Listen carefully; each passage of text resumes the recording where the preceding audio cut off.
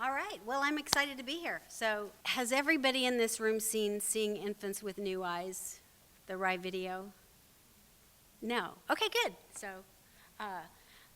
Magda says in the video, it's such a great quote. She says, being a parent is an absurd profession because we raise children with our knowledge of the past for a future that we don't really know anything about. Or it's an unknown future. So what we're going to do today, hopefully, is to come up with some ways to help children with that unknown future and to teach our children well without necessarily all that much teaching in the earliest couple years. So that's the goal. There are so many wisdom figures in front of us who have really been preaching or had preached all along that children were self-motivated initiators. And Magda used to have a little sign up in her house that said, whenever you teach a child something, you forever destroy her opportunity to discover it for herself. And that was Piaget that said that.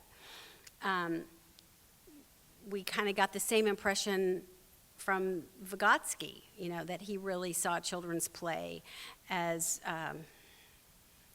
being self-initiated and self-motivated. Maria Montessori said a child has a special interior vitality which accounts for the miraculous manner in which he makes his natural conquests. And she was, a precursor to Emmy Pickler and Magda Gerber. Magda, what she said was, be careful what you teach. You may be interfering with what they're learning. So why is it we're still feeling all this pressure to offer academic programs to little bitty children, even babies? There are a lot of reasons why at this particular time in history, I think we're under so much pressure to cram as much knowledge into little children as we possibly can. I think right now, technology and science and, ways of inquiry have so expanded human knowledge since, in the last few hundred years, and now it's just growing exponentially, that what, there's so much knowledge out there to be had. Don't we all feel pressure that, oh my gosh, I'm falling behind on my reading, how can I keep up? And so that sort of fuels a little bit of worry in us that we need to hurry it up and get kids, starting to fill their head with facts because there are so many facts out there. In fact, right now, a 12-year-old has at his disposal more information than the king of, any country had a couple hundred years ago. So, there's that. Also, there's so much competition in the world these days because of international commerce, and everybody's sort of feeling like they're losing ground in this country as other countries rise. Are we falling? We've got to stay competitive, Our consumer society has made money more important than ever, because you have to have it in order to participate in the economy. And, in spite of the fact that having more money doesn't make you happier, they've done a study to show that, up to a certain point, improving your economic standards increases your happiness. But it levels off at $70,000. So a millionaire or a billionaire isn't any happier than a person that makes $70,000, which I think is a very interesting fact. Another reason that we're really worried is because of the migration of populations, whereas, children whose families have been in this country for long enough that they're fluent in English from birth, and, the parents are well educated, have a completely different experience in school than children coming in having to learn a second language after they start school, and whose parents may not have a higher education. And so we feel a lot of responsibility to equalize the playing field. And, that is a commendable and wonderful thing. But I think as she pointed out this morning, teaching them more stuff early on is not necessarily the way to get there. But it doesn't change the fact that we feel a lot of pressure, and No Child Left Behind and all of that, which can, really the outcome is like a cookie cutter classroom rather than creative children with divergent thinking, which is what they need to be for that unknown future. You like my picture? I actually paid money to buy that picture off the internet. I liked it so much. He also looks like my son, which is kind of fun. The problem with pushing down curriculum to infants that is appropriate for older children is that their brains are just not made that way. She said it this morning, the child's brain and the child's mind is not just like a small-scale version of an older person's brain and mind. They operate very differently, and they need very different kinds of stimulation in order to grow. So in the first year and a half or 2 years, it's the right hemisphere that's in a very busy mode of growth. And the right hemisphere is the part of our brain that connects us to our emotions and gives us the opportunity to get to know ourselves, to have interior knowledge. That brain-body connection is a really important thing that's happening in the first couple of years. The ability to read faces and understand other people's states of mind is growing in those early couple of years. And, during trust versus mistrust stage, or, autonomy versus shame and doubt, giving them facts doesn't really help them build that, that part of their brains. It's a waste of time. You know what? Because of childhood amnesia. You know what that is? That's why you can't remember what happened to you when you were 2, or you might, sort of have a feeling or sort of remember what house you lived in at that age, but you don't have those episodic memories. So, teaching, giving a baby flashcards to learn the presidents is useless, because by the time they get to school, childhood amnesia is going to assure that all that stuff is gone anyway.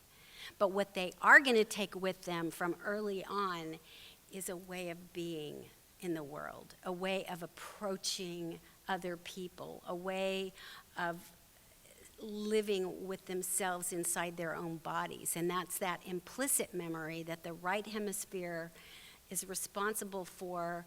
And an implicit memory is just a memory.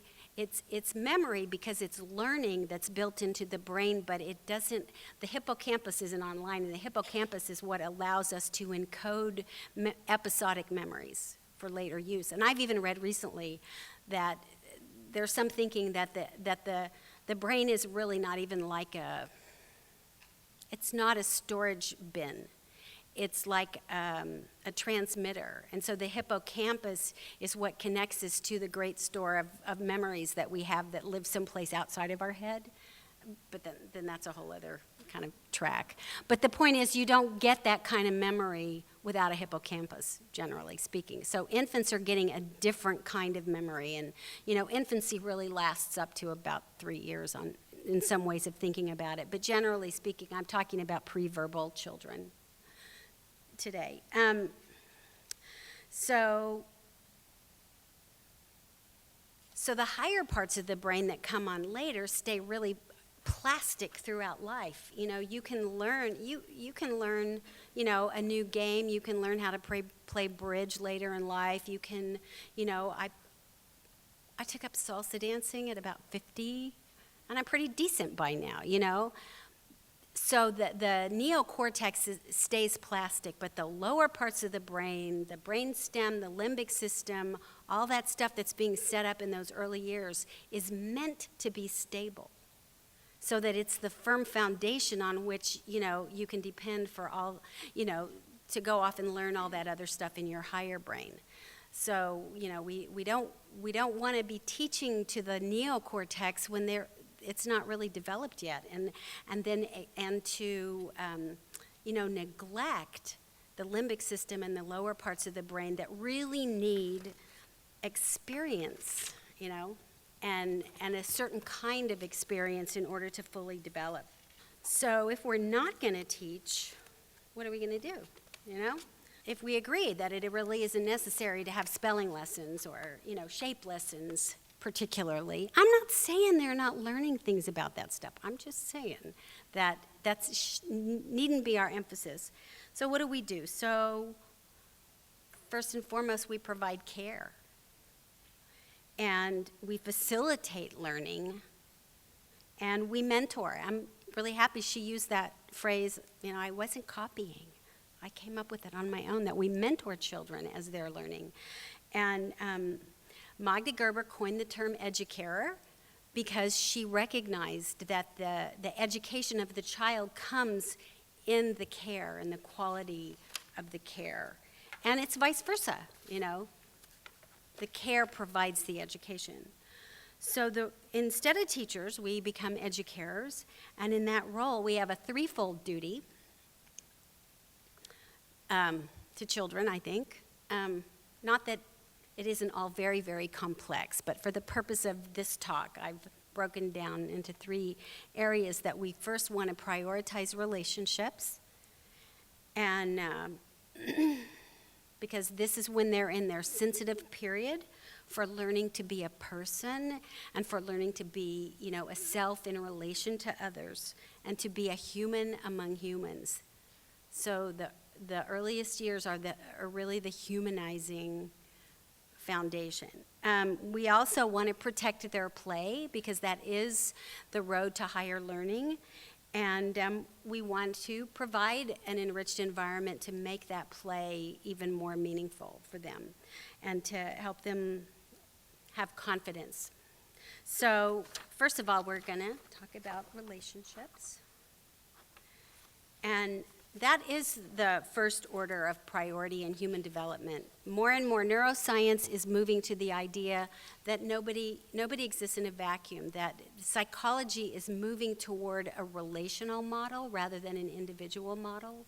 So the fact that a child comes into the world, think about it, they've never been alone. They've been part of their mother until they're born. So nobody is really an individual. We're all part of, humanity in some very real way. And so building those relationships on the outside of the womb is the priority. And Alan Shore says an infant brain only develops to its highest it only develops in the context of another more mature brain.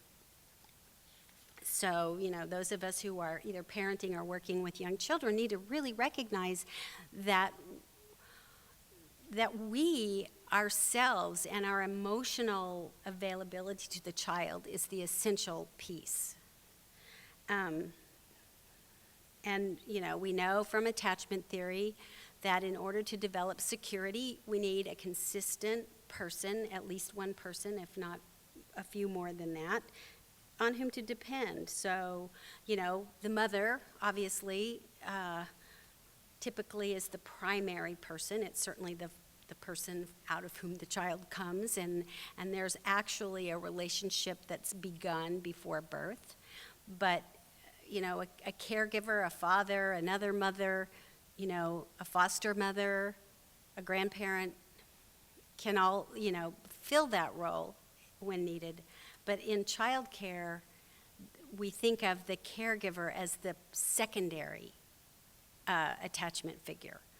So whoever is at home mostly with the child would be primary, and then we in care would be secondary. And the quality of the relationship in all those situations, when you think about it, a child who spends a long time away from the family in childcare,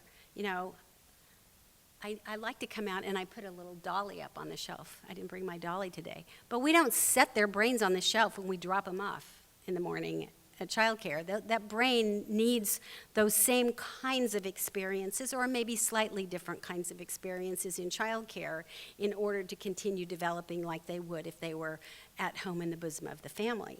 In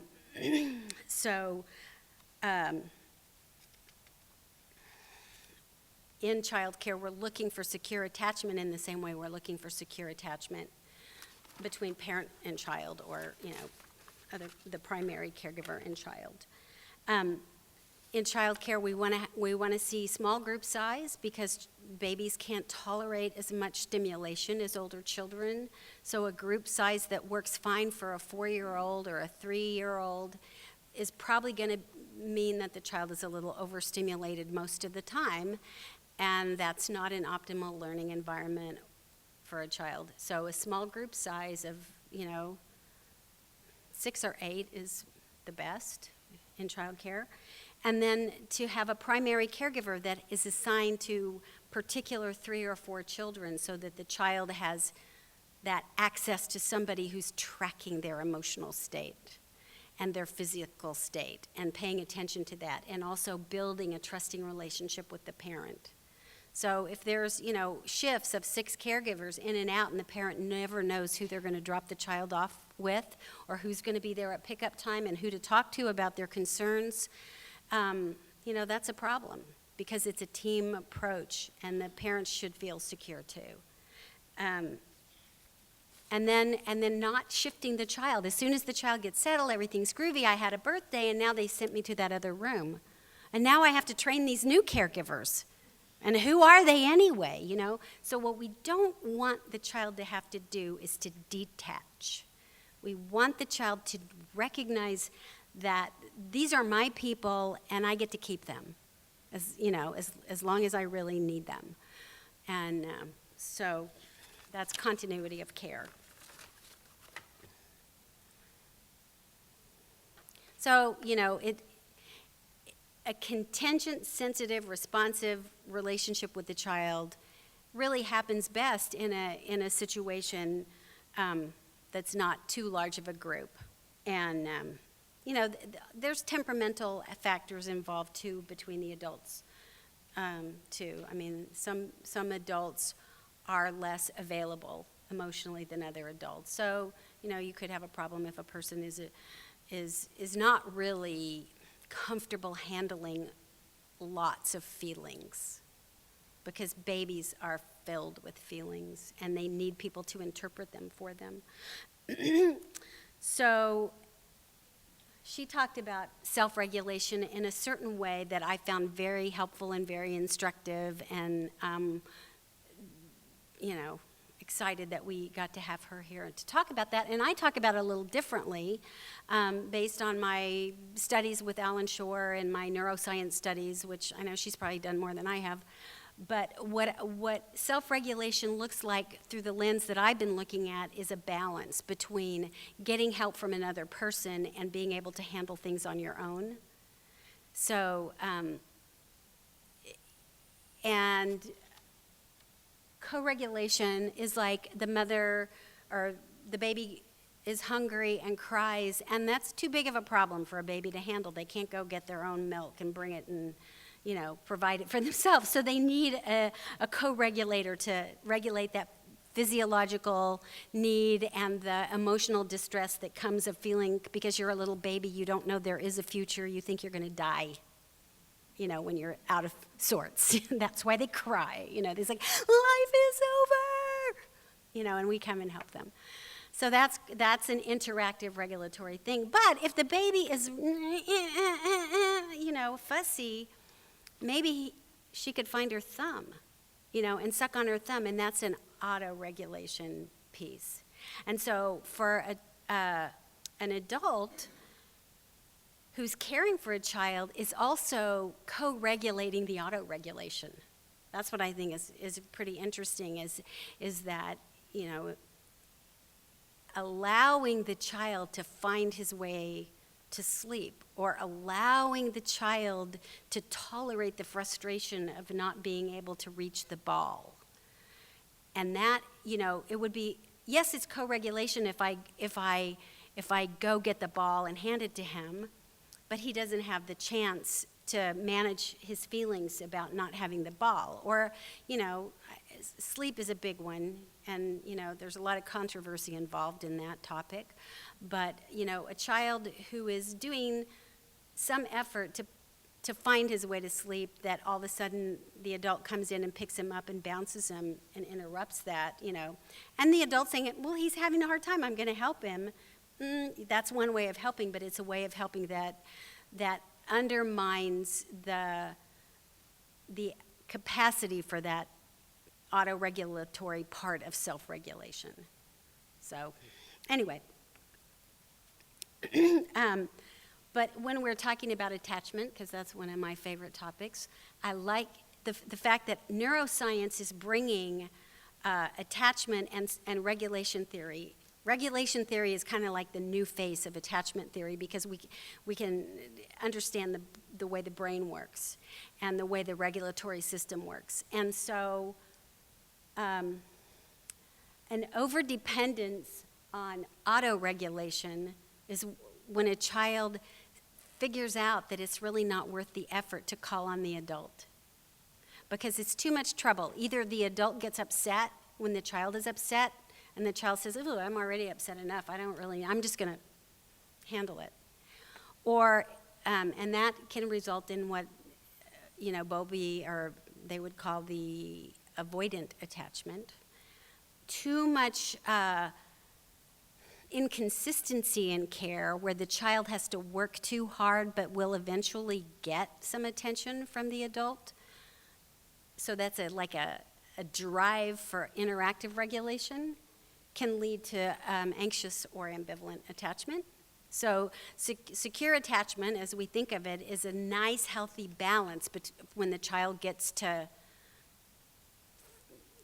be flexible between needing help and being able to handle it on their own. And as adults, the goal is not to auto-regulate all the time, because that's, being an island.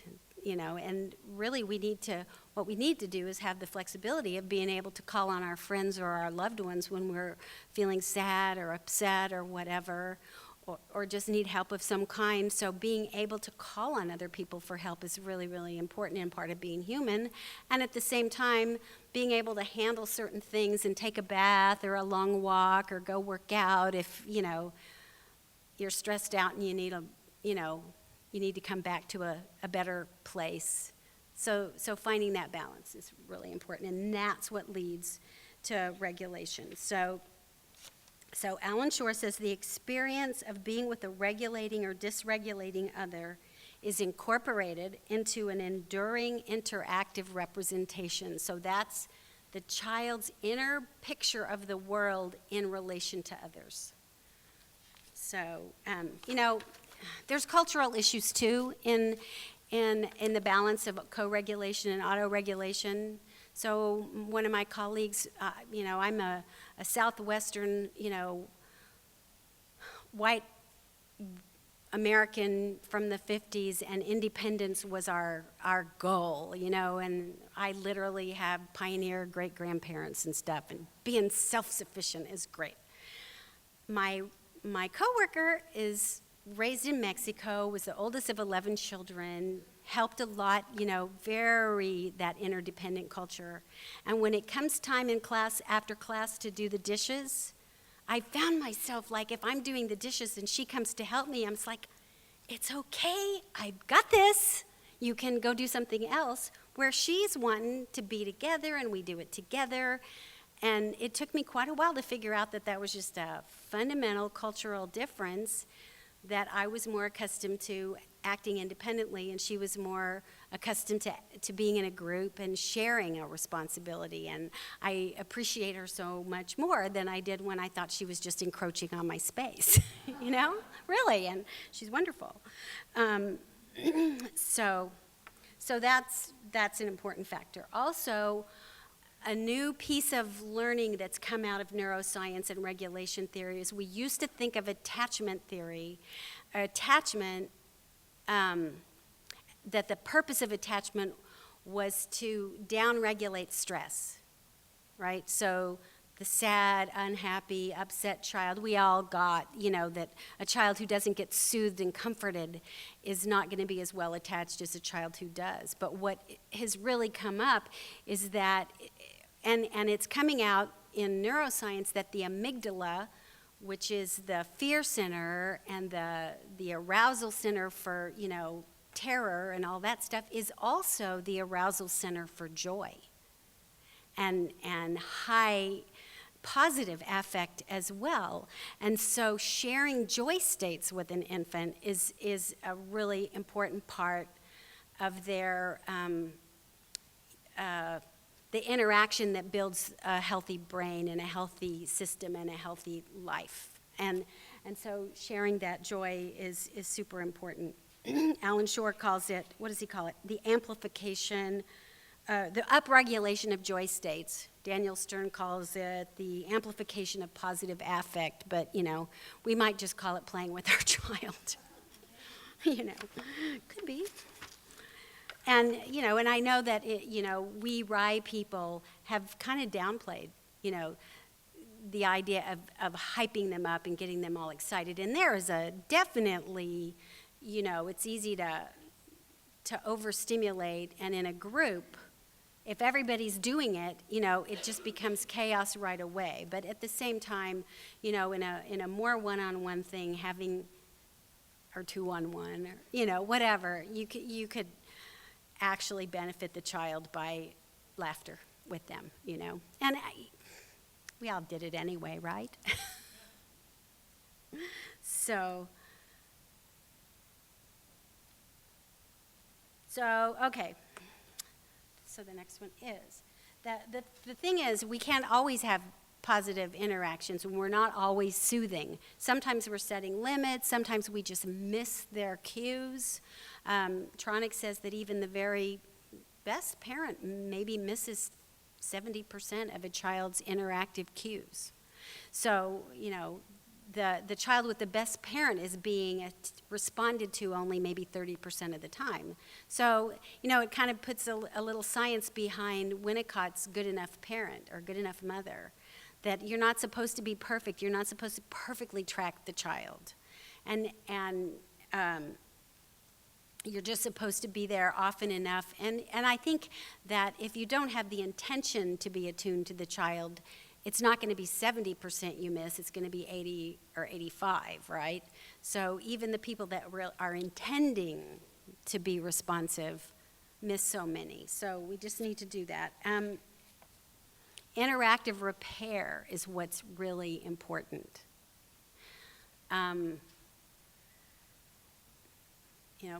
They call it rupture and repair.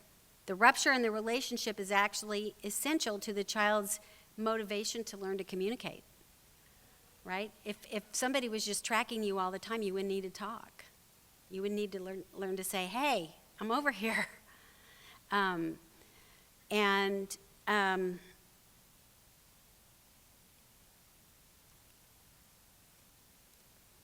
The rupture and repair helps the child learn to inhibit their behavior as well.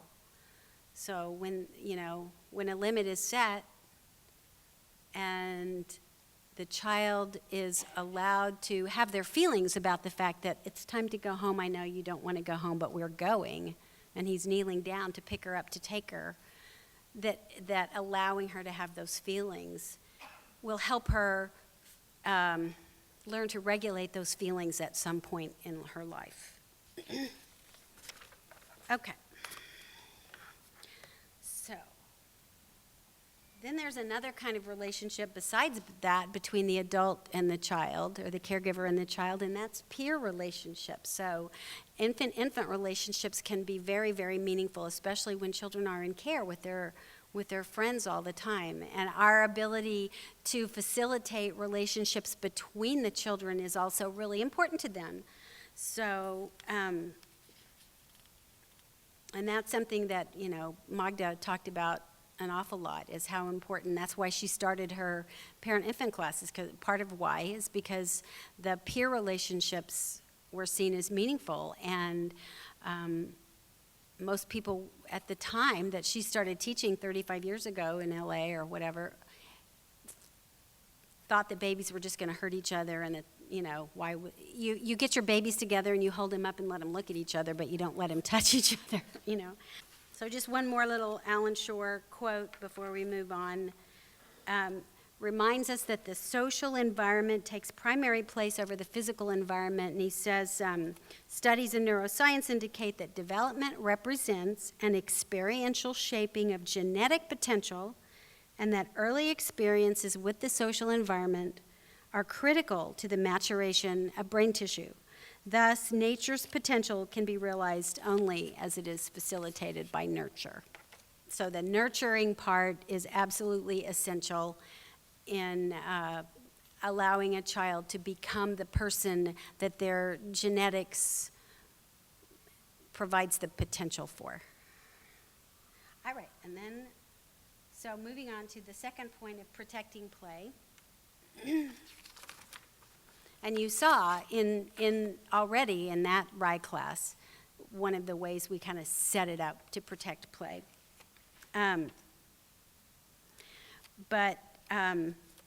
Okay, so I don't think we need to use the microphone for this. I'll repeat, but in Magda's classes, we used to always brainstorm this, and now I do it in my classes. What is play? So can you just call out some words? Joy, it's children's work, it's freedom, exploration, discovery, interaction, focus, cause and effect, learning about the world around them.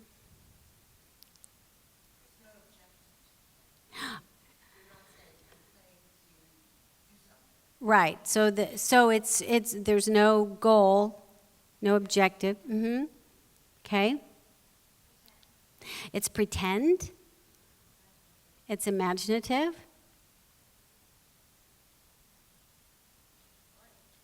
Huh? It's fun. Absolutely. One would hope. Okay. Uninterrupted, if possible. Yep. Okay.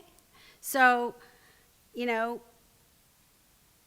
what's interesting about the whole topic, as we heard, is that there's some paradoxes involved in play, right?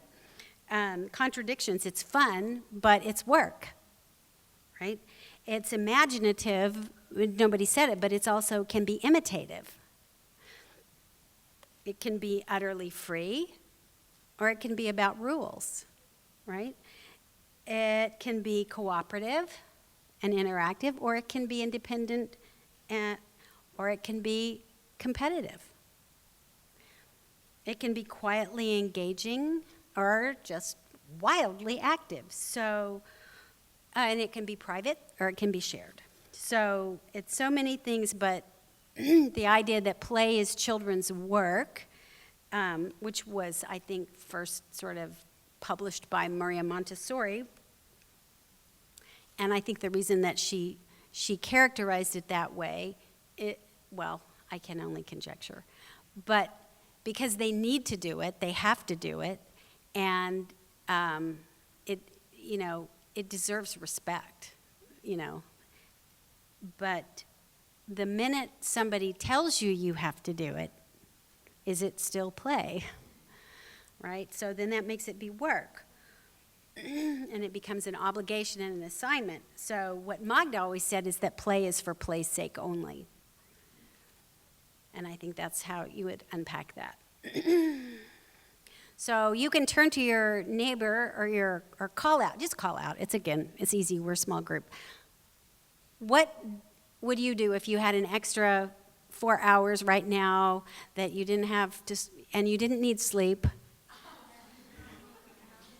What would you do with 4 free hours? Walk on the beach? Read a book? Go to a garage sale? I heard something over here I didn't hear. What? Paint. Oh, yes. Go shopping. Play with a puppy. Spend more time with friends and family. Hike. Right. So whether it's, something that would be considered playful or effortful and more work, if you choose it, there's a different tone about it, right?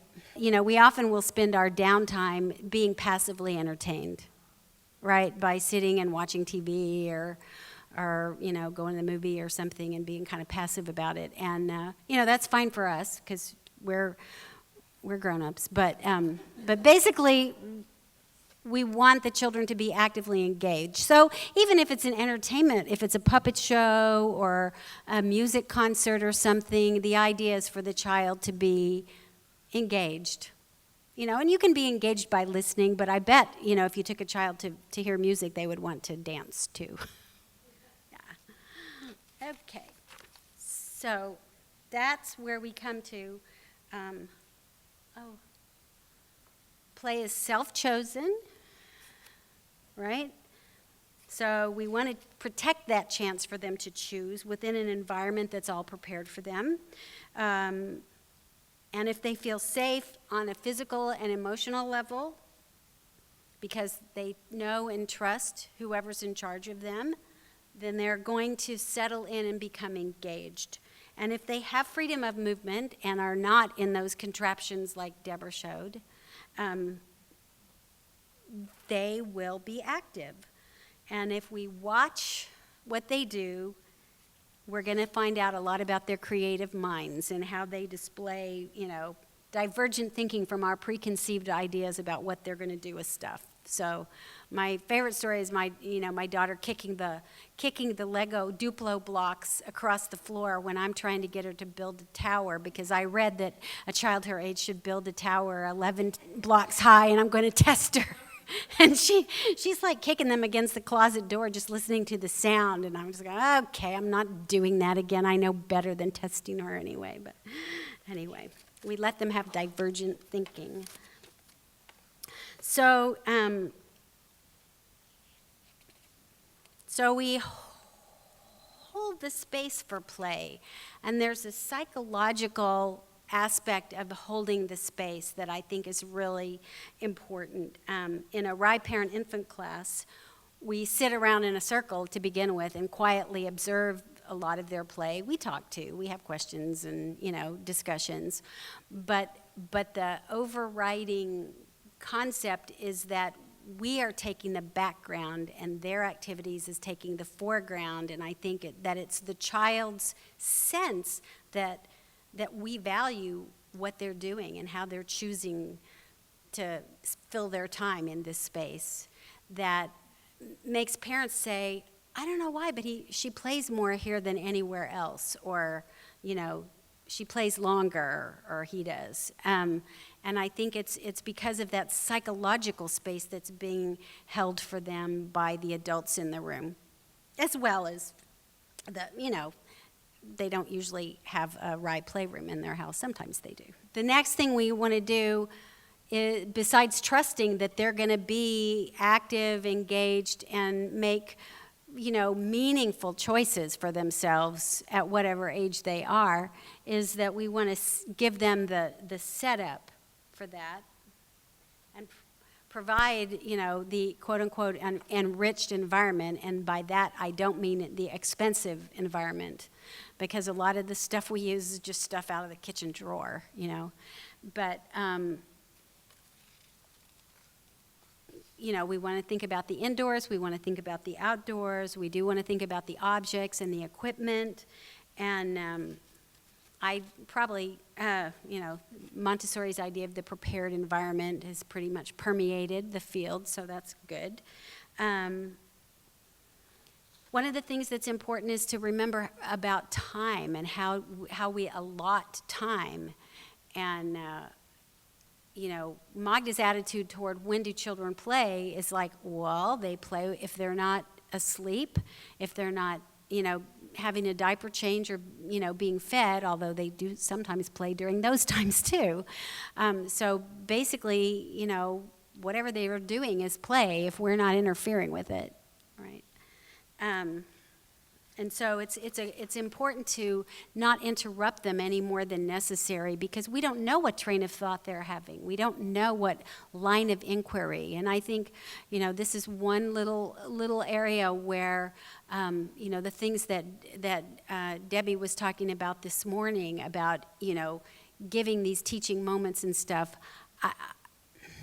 I think that lots of teaching and play happens in one-to-one interactions between adults and children, but when you have a group of children together this young, the Rye perspective is that